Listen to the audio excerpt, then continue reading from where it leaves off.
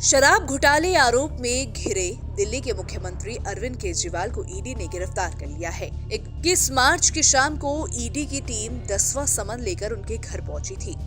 ED की team ने शराब घोटाले में पूछताछ के बाद केजरीवाल को गिरफ्तार कर लिया। केजरीवाल को पहले से इस मामले में अपनी गिरफ्तारी का डर सता रहा था। गिरफ्तारी से बचने के लिए केजरीवाल दिल्ली हाई कोर्ट पहुंचे थे, जिसमें उन्होंने ईडी की कोई दंडात्मक कार्रवाई नहीं करने की अपील की थी, लेकिन कोर्ट ने केजरीवाल को गिरफ्तारी पर राहत देने से इनकार कर दिया था। जिसके बाद 21 मार्च को ईडी की टीम केजरीवाल के घर पहुंची और पीएमएलए के तहत गिरफ्तार कर लिया। वहीं केजरीवाल को 22 मार्च को स्पेशल पीएमएलए कोर्ट में पेश किया जाएगा और ईडी पूछताछ के लिए उनकी हिरासत की मांग करेगी। दिल्ली के सीएम ने 21 मार्च की देर रात अपनी गिरफ्तारी को चुनौती देते हुए सुप्रीम कोर्ट का रुख किया है। शीर्ष अदालत इस मामले पर आज सुनवाई करने वाली है। दरअसल ईडी ने अरविंद केजरीवाल को prevention of money laundering act 2002 के तहत गिरफ्तार किया है। उसमें जमानत मिलना बहुत मुश्किल होता है। कानून साल 2002 में पारित हुआ था और इसे 1 जुलाई 2005 को लागू किया गया था। इस कानून का मुख्य उद्देश्य मनी लॉन्ड्रिंग को रोकना है। साल 2012 में पीएमएलए में संशोधन कर बैंक को, म्यूचुअल फंड्स, बीमा कंपनियों को भी इसके दायरे में लाया गया। इस कानून की धारा 45 में आरोपी की जमानत के लिए 2 कठोर शर्तें हैं। पीएमएलए के तहत सारे अपराध पकड़े जाने के योग्य और गैर जमानती होंगे। इस कानून में अग्रिम जमानत का प्रावधान नहीं है।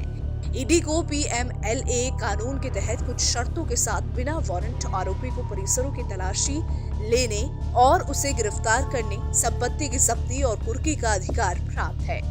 पीएमएलए के तहत अरेस्ट होने वाले को ही अदालत में ये साबित करना होता है कि उस पर लगे आरोप बेबुनियाद है।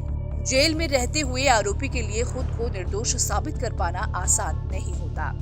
उदाहरण के लिए दिल्ली की आम आदमी पार्टी सरकार के ही 2 पूर्व मंत्री मनीष सिसोदिया और सत्येंद्र जैन पीएमएलए के तहत जेल में हैं। एक अन्य आप नेता संजय सिंह भी पीएमएलए में गिरफ्तार हुए थे और फिलहाल जेल में हैं।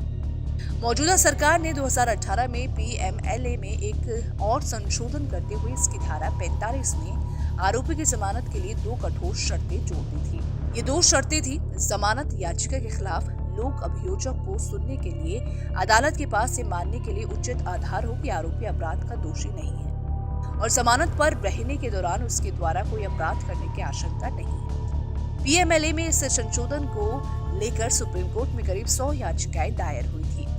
इन याचिकाओं में पीएमएलए के तहत ईडी को गिरफ्तारी, संपत्ति जब्त करने के अधिकार देने और जमानत की दोहरी शर्तों पर सवाल उठाए गए थे। याचिकाओं में ईडी को मिले इन अधिकारों को सीआरपीसी के दायरे से बाहर बताते हुए पीएमएलए को असंवैधानिक बताया गया।